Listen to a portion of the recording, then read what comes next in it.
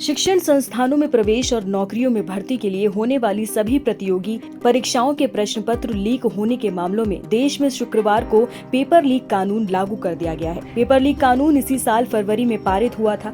सरकार ने शुक्रवार को इसकी अधिसूचना जारी कर दी। इसे लोक परीक्षा कानून 2024 यानी कि पब्लिक एग्जामिनेशन एक्ट 2024 नाम दिया गया है।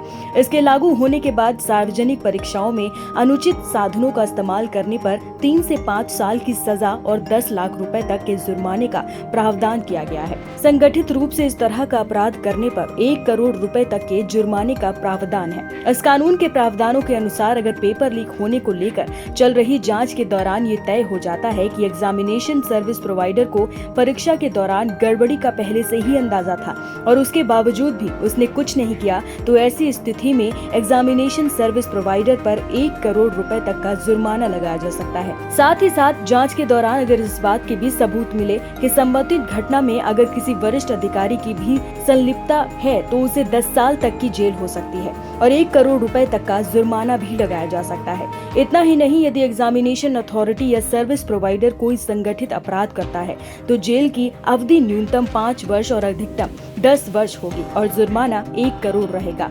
आपको बता दें कि सरकार द्वारा जारी की गई अधिसूचना में भारतीय न्याय संहिता का उल्लेख है, लेकिन साथ ही ये भी कहा गया है कि भारतीय दंड संहिता के प्रावधान इसके लागू होने तक प्रभावी रहेंगे। संहिता और अन्य आपराधिक कानून के 1 जुलाई को लागू होने वाला है।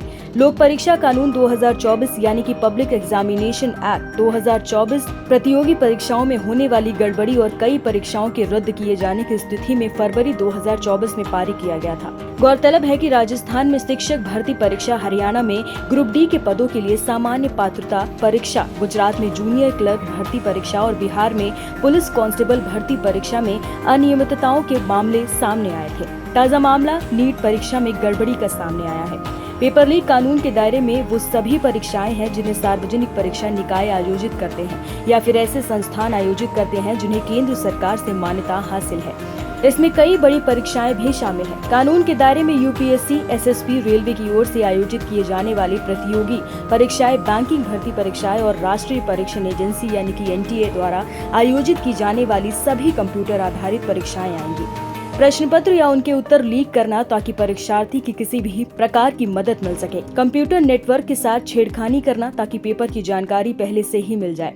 सीधे पेपर लीक ना करते हुए परीक्षार्थियों को अन्य तरीके से हेराफेरी करके फायदा पहुंचाना। किसी भी ऐसे व्यक्ति का परीक्षा केंद्र में प्रवेश वर्जित है जो ना तो परीक्षा में ड्यूटी कर रहा हो या जो परीक्षार्थी ना हो। परीक्षा में अनियमितताओं की जांच करने वाली एजेंसी के पास दोषियों की संपत्ति जब्त करने, कुर्क करने का अधिकार होगा ताकि परीक्षा में हुए नुकसान की आर्थिक भरपाई की जा सके।